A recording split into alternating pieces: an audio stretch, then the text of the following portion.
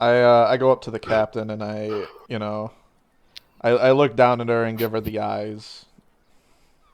And I say I'd love to go see what's going on, but could you order Ivan to come with me? I'm a hungry man. And I give her a wink. As you say you're a hungry man, you notice the towering figure of the Eastern European Ivan standing over the crowd of people all assimilated at the front deck, and he's just standing there, his eyes agape, looking at the flame. Once again, this is like making his whole entire life. He's never seen an event like this. She looks at you, looks at Ivan, looks at you, looks at Ivan, looks at you, off. looks down at her coin purse.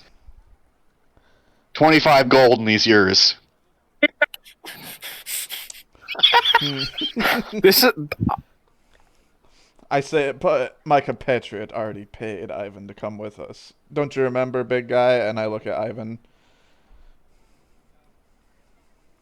Ivan doesn't even notice you.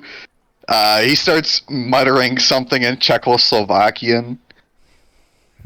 She looks at Ivan, looks up at his face, because, she's like 4'2" and he's 6'9", 6'11", sorry. So, it's a whole two entire feet that separates her from him. Basically a whole another dwarf or a gnome. Ivan, did they pay you to go on adventures with them? This is a total breach of contract! Ivan, stuttering to foment any word in his mouth, looks at Johannes. No, it was gift. You see, I make soup for rich man. He points at Corin as Corin's beginning to walk down the stairs to the lower deck. He pay for soup. Give me big tip. 40 gold for soup, my friend. Come now. I swear, Captain, I not lie. I not lie, Captain Franz. Her eyes turned like daggers and glare at him. You can ask the first mate who saw that soup was for the mushroom.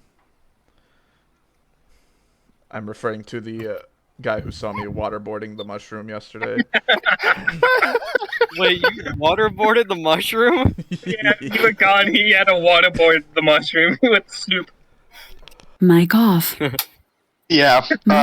So that sailor isn't present right now, as he's the first mate, and he's currently just, making sure the ship doesn't just ram into a fucking sea of rocks. Because it's a sea and there are rocks. Anywho, Captain Johannes kind of sighs, looks at Ivan. A single tear falls from her left eye. Ivan, you're fired. And she walks away, heading to the main deck to join the first mate and driving the ship. She takes one look back. There's a lifeboat on the left-hand side of the ship. It can take you and your party over to Innsmouth port. But once we dock, we're unloading your wine, and we're getting the fuck out of town. And she turns back and she keeps walking. I look to Ivan and I say, well, that's just unfair to you, my friend. Why don't you come with us? Ivan, looking at his hands, and nothing but his hands, his big meaty claws. What have I done? He starts crying, and he puts his hands up to his face, and he just My like God. this. Mic on. I love how the noise reduction He's is just making it. crying. How dare you do this to Ivan, quite frankly? I try to console him, I confidently say, Ivan, how would you like to be a cook in the capital? We can make it happen. You and me.